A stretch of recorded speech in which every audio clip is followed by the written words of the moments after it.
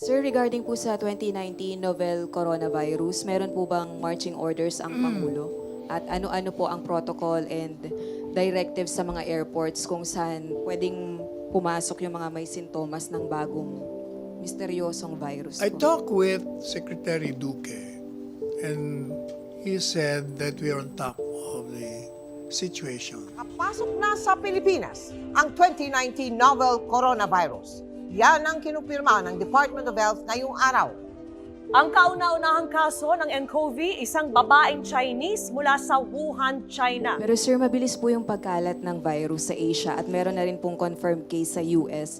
So are we not going to ban those coming from Wuhan City? Sa Or are ngayon, we... sinabi niya, hindi pa. Hindi pa nakikita yung kailangan gawin niya. Dito sa Pilipinas, umakyat na rin sa 10 ang mga nakita ng sintomas ng COVID-19 mula sa mga na-repatriate mula MV Diamond Princess sa Japan.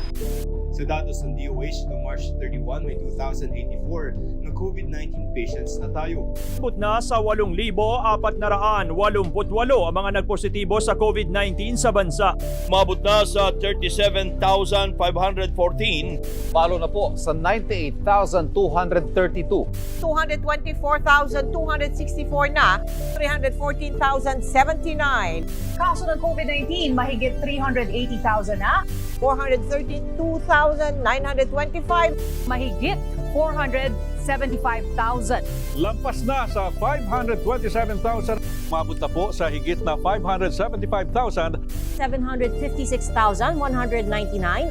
Suma total, lampas 1,046,000. Umabot na sa higit 1,235,000. Umabot na sa higit na 1,418,000.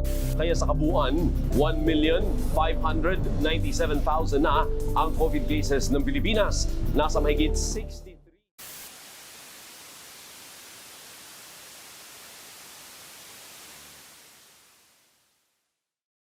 At the time of filming, it has been more than a year since COVID-19 has entered Philippine borders.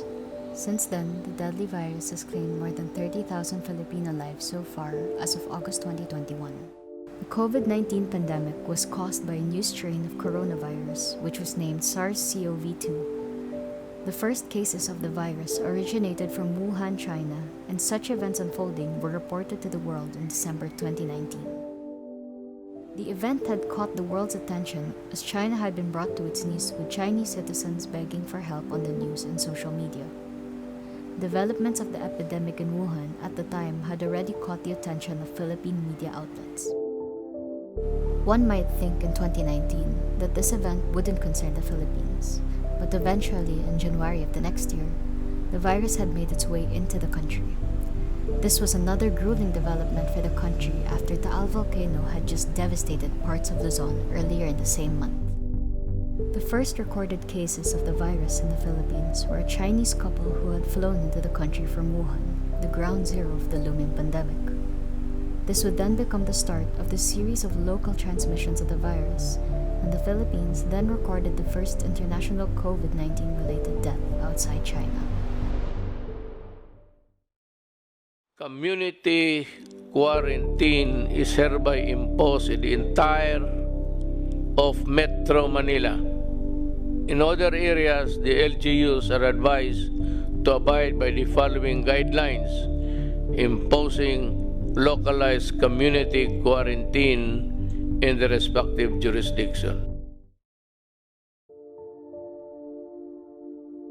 Actually, I feel na anxious hindi ko alam kung anong meron, gaano ba to katindi ang virus. Hindi ko alam kung safe ba ako pag dumating ako sa bahay, safe ba yung pamilya ko pag nandun ako sa bahay. Galing sa labas, galing sa work. Personally, pinag-uusapan na natin yung personal na bagay. Para sa akin, masaya na magkaroon ng lockdown kasi makakasama mo yung pamilya mo. Pero kung iisipin mo yung pangkalahatan, bakit tayo nag-lockdown? Kung dahil sa COVID, dahil may pandemya, medyo nakakalungkot.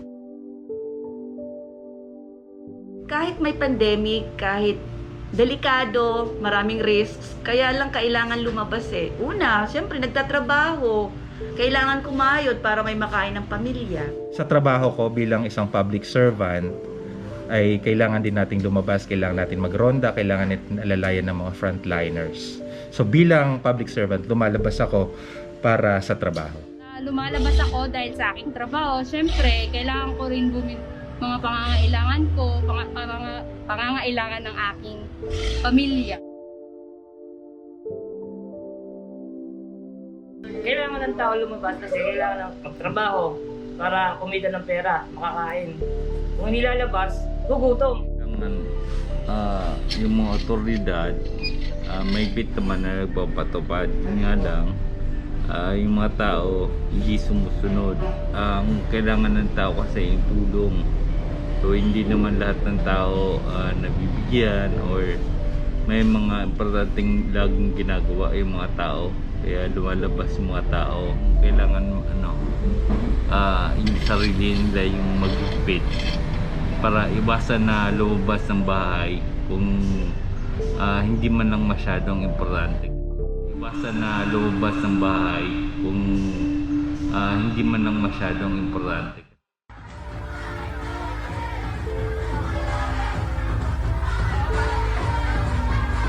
Sinas, a former Metro Manila police chief, drew flack in May this year after the media reported photos of a birthday party showing him and other police officials violating quarantine rules on physical distancing and mass gathering.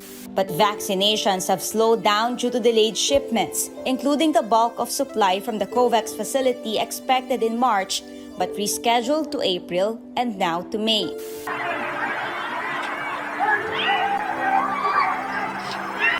Paano kayo mababaksin yan? Ganyan kayo kadami. The Philippines initially hesitant to negotiate purchase agreements with pharmaceutical companies. In the end, the Philippines complied with all these conditions. However, it was too late for the Duterte administration when it finally made up its mind. So the Philippines was relegated at the bottom of the priority list. 2 years into a pandemic that is slowly burning out the citizens, ignorance displayed by some Filipinos is still clear as day. Ignorance remains a huge factor in the Philippine pandemic. Despite enforced health protocols, there are still people not following rules.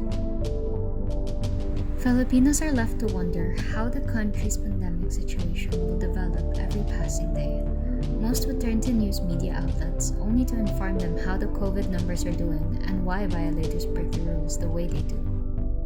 Such daily conditions lead to certain questions. What else do the common Filipino population need to do to improve their situations and prevent their loved ones from dying? When can they finally leave their homes to go back to their daily lives? Only time will tell how the pandemic will play out.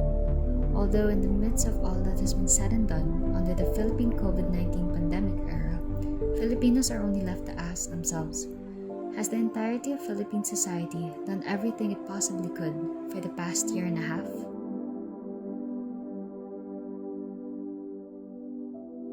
Ginawa ko ang lahat ko. Kung ang lahat ko hindi pa kulang pa, patawad po. Ilangan lang talaga ang kaya ko.